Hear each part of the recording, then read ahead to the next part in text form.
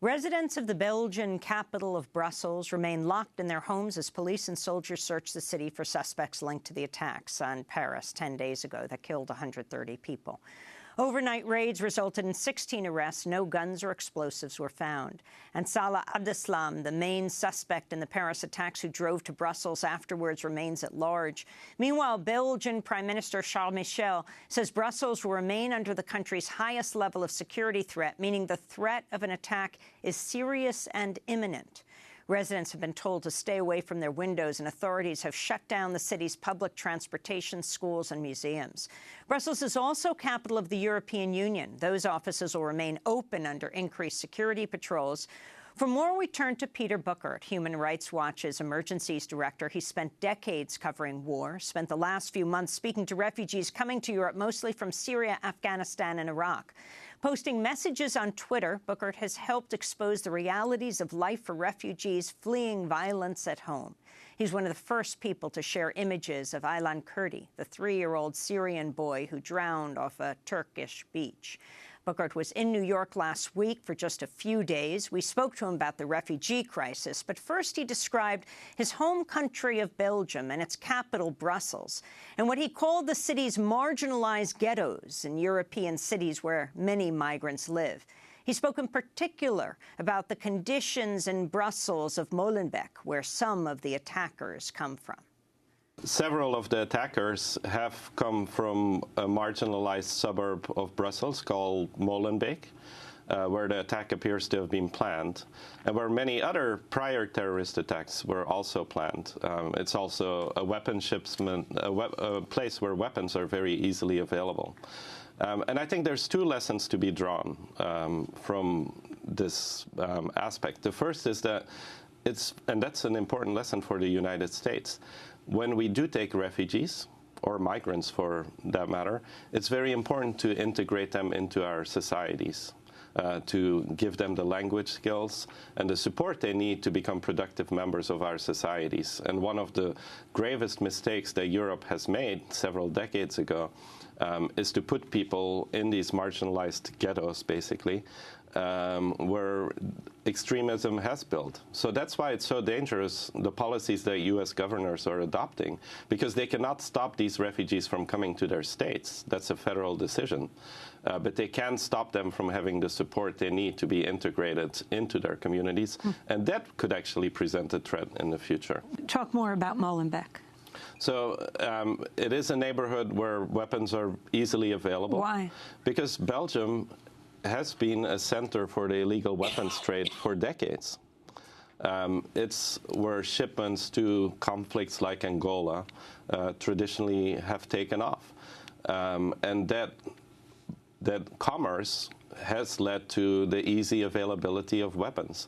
And that is a very dangerous development, because for just a few $1,000s, you can buy Kalashnikovs and other weapons of war on the black market in Belgium. Were you surprised when you heard about this connection between the Paris attackers, some of them, and Molenbeek in Brussels, Belgium? I was not really surprised, because I've been working on the Syrian conflict for many years. And we have seen many people from these areas of Belgium and France heading to fight in Syria. And, you know, there's been this focus on this fake passport, when Europe really should be focusing more on the marginalized Muslim communities at home, and try to better meet their needs, make sure that young people are educated and have jobs available, because the reality is that the majority of these people who carried out the Paris attacks were French citizens, some of them resident in Molenbeek, who have been living in France all of their lives. Tell us the stories of people. I don't think people care about refugees when you say 1 million, when you say 1,000, until you hear the story of one person. Yeah, I've met so many people with their own tragic and at times inspiring stories. I've met many Syrians who made this boat journey and then actually stayed in Greece to help their fellow Syrians when they arrived. But one person who touched me quite a bit is a doctor from Syria, Dr. Ali Jabour. He made this journey, and I met him about 2 months ago in Hungary, where he was sleeping on the streets. And just imagine, you've spent 4 years in Syria, digging people out of the rubble and saving their lives at the hospital, you're a hero, really. And you end up on this journey of utter humiliation. I wrote about him. And my last line of the piece I wrote said he's now in Austria, one step closer to achieving his dream of continuing his medical studies in Germany. And he contacted me from Germany and said, actually, the last line is not right, because my dream is to be back in Syria. Tell us the journey he took. Explain how people go from Syria. So for most of these people, they have to sell their land and their house and borrow very heavily from neighbors and from family to make this journey, because they have to pay smugglers incredible amounts of money. Then they have to cross the border into Turkey, often illegally, over razor wire fences. And then they have to make their way to the smugglers, who they pay about $1,200 at least, sometimes much more, to be pushed onto these boats. And all of them are being told that the journey will be safe. There will be 30, 35 people on the boat. But when they arrive on the coast, up to 55, 60 people are pushed onto these boats. And the smugglers have guns to force people to take off. There's nobody to guide these boats. One of the refugees is given the handle of the engine on this rubber boat, and then they set out at sea. Many of the boats break down at sea. And drift for hours. We've talked to people who've been at sea for as long as 2 days. Sometimes the boats are attacked by vigilante And groups. where do they go in this boat journey? They go from Turkey, from the Turkish coast to the Greek islands. And the numbers have been growing exponentially. In July, 24,000 people arrived on the island of Lesbos. In August, it was up to 50,000. And by September, it was 111,000. So how many a day? It can be up to 5,000, 8,000 people a day. So that means 100 boats. 100 and you just boats. do the math. I did the math. And the smugglers are making over $100 million off the plight of these people. And then what happens when they end up in Lesbos? What happens then? For many, they think that their journey, the worst part of their journey is over when they arrive in Lesbos. But actually, their suffering is just about to begin. When they get on the beach, wet and often cold, they're helped by the volunteers. They're given dry clothes if dry clothes are available. And then they end up in these horrible camps, completely overcrowded with very little shelter and food, where they have to wait for days just to get a registration paper to get onto the boat to Athens. And then they continue sleeping out in the open with their children. It's stunning to see how many babies are on this journey, and toddlers, for day after day after day, until they ultimately reach Germany. And, I think the real scandal is that we're now 5 months, a year into this crisis that keeps growing, but there still is no organized EU response, both in terms of coherent refugee policies, but also in terms of saving lives at sea and meeting the humanitarian needs of these people. This is not an insurmountable task. I mean, okay, we're talking about a maximum of 8,000 people a day, which seems like a huge number, but we handle those kind of crowds every day at rock concerts, at soccer matches. We do have the capacity to address these people's needs and to make this journey a lot more humane, but we're not. How have the Paris attacks complicated this whole situation, the horror for refugees? I wanted to turn just in the United States to Donald Trump, one of the leading presidential candidates, Republican candidates, speaking Monday after the Paris attacks. With all of the problems, and you probably heard that at least one and probably more of the killers, the animals that did what they did in Paris, came out of the migration, right? They came out of the migration. So we have a president that wants to take hundreds of thousands of people and move them into our country. And we don't, think of it. And we don't even know who they are. There's no paperwork. There's no anything. That's Donald Trump. Peter Bouckaert. Well, I normally make a policy not to respond to such idiotic statements, but in reality, every Syrian refugee who reaches the United States has gone through 4 levels of security review. These are the most carefully screened refugees anywhere in the world. And there have been no incidents with the hundreds of thousands of refugees that the U.S. has taken in over the years. The United States values are built about being welcoming to refugees. And it's our most powerful tool in the war against Islamic extremism, are our values. It's not our military planes and our bombs. The only way we can fight against this brutality, this barbarism, is with our values.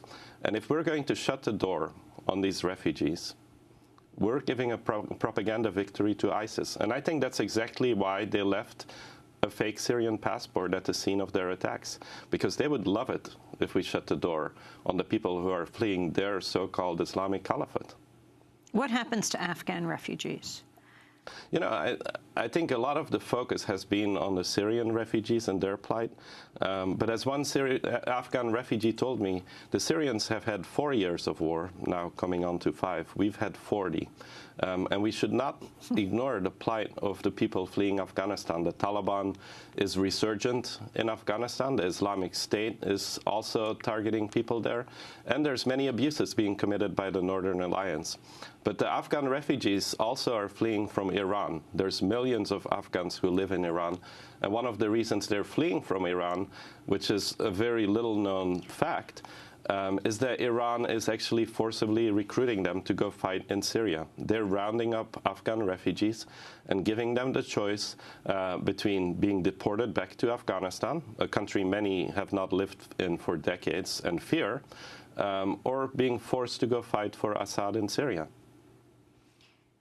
I want to continue on this track, this idea of what has caused people to flee and what our responsibility is, not just as human beings that are not attached except that we're humans and care about other human beings, but our responsibility for the cause of the refugee crisis.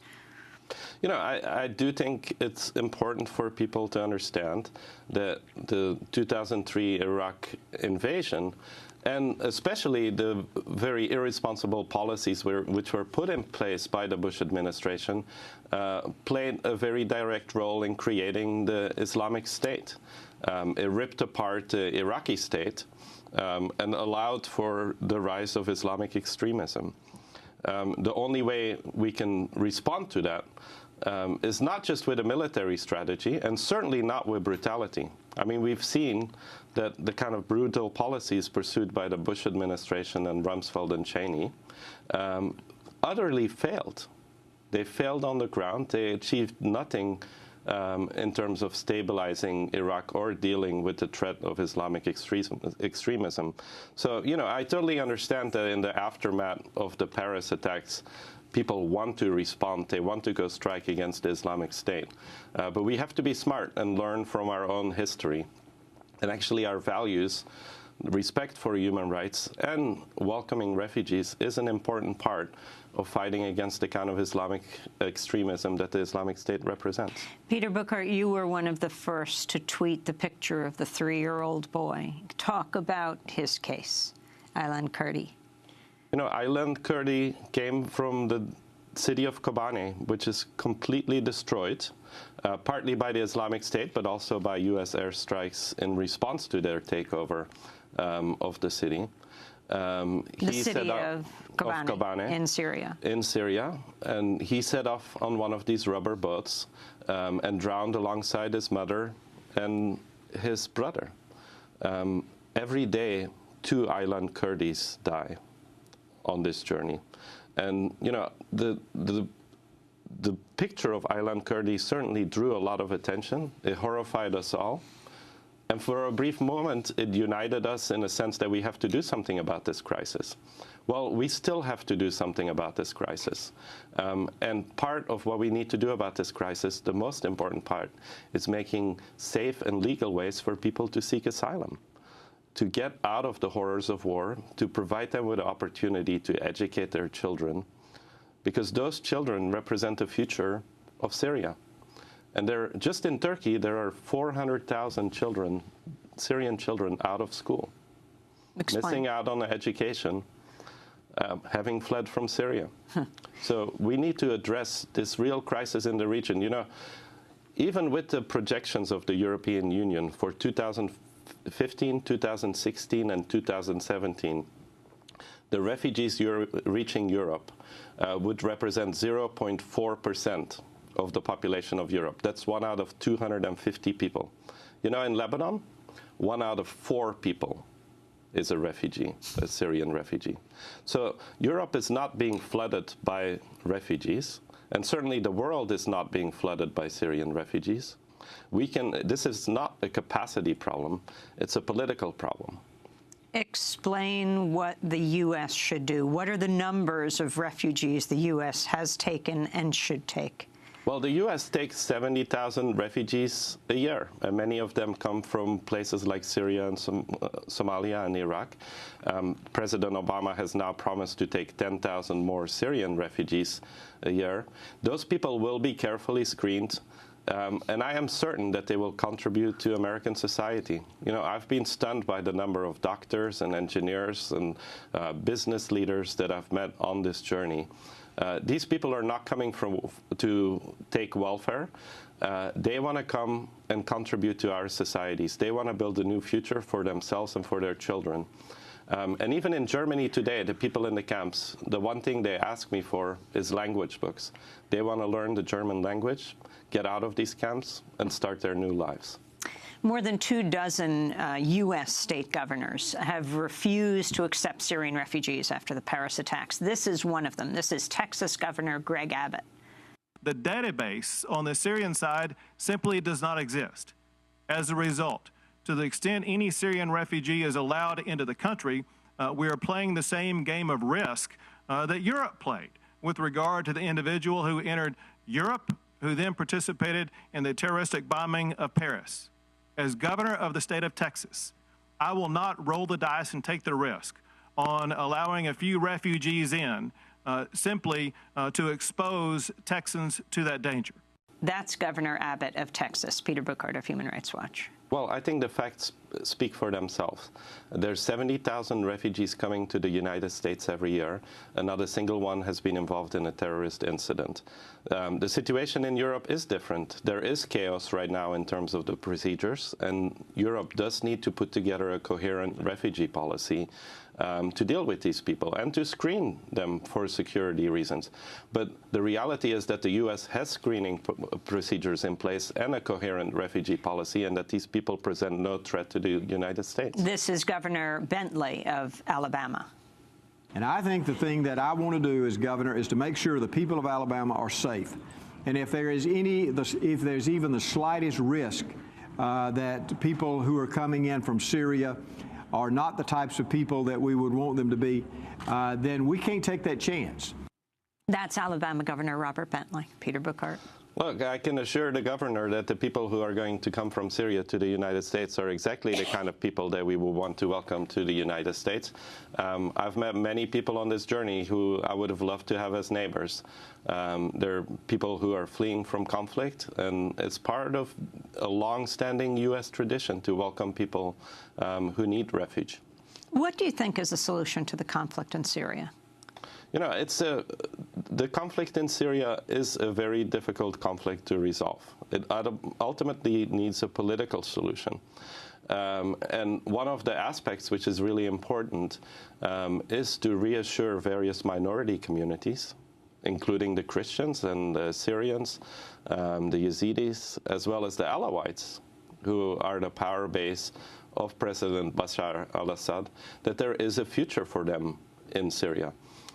Because many of them are supporting the Syrian government not because they like the policies of Assad, but because they're fearful for the future. And they have every reason to be, because if we look at what happened in Iraq, many of these communities were wiped out. The Yazidis and the Christians just in the last year lost most of their villages. But there's other aspects as well. You know, 2 years ago, I helped organize a conference for women from Syria in Geneva, together with a women's rights activist, Madeleine Rees. And it was really the first time that women had had a voice in the peace process.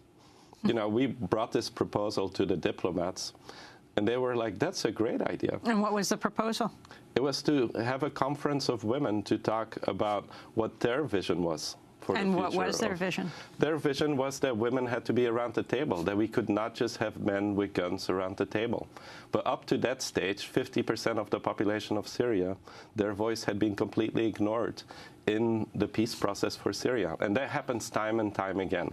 We need to make sure that not just the people with guns are around the table, that they don't just buy their chair at the table with blood, but that the moral voices from the community and women, civil society leaders who have such much more of a vision for the future of Syria and the Congo and all of these other conflicts are around the table with a voice. You have said that you believe that this fake passport that was planted next to one of the gunmen in Paris that said they were from Syria, but in fact they weren't, was actually, you believe, a plan of ISIS to make the link. Yes. You know, ISIS wants people to flock towards its Islamic caliphate. So it really is a rejection of the ideology of ISIS when people are fleeing from the Islamic Caliphate. And I've met many people from Deir Zur and Raqqa and Mosul who are fleeing the terror of ISIS. So ISIS does want to get Europe to shut the door in the face of these refugees. It really helps ISIS a lot when Muslims are being seen humiliated on the streets of Europe.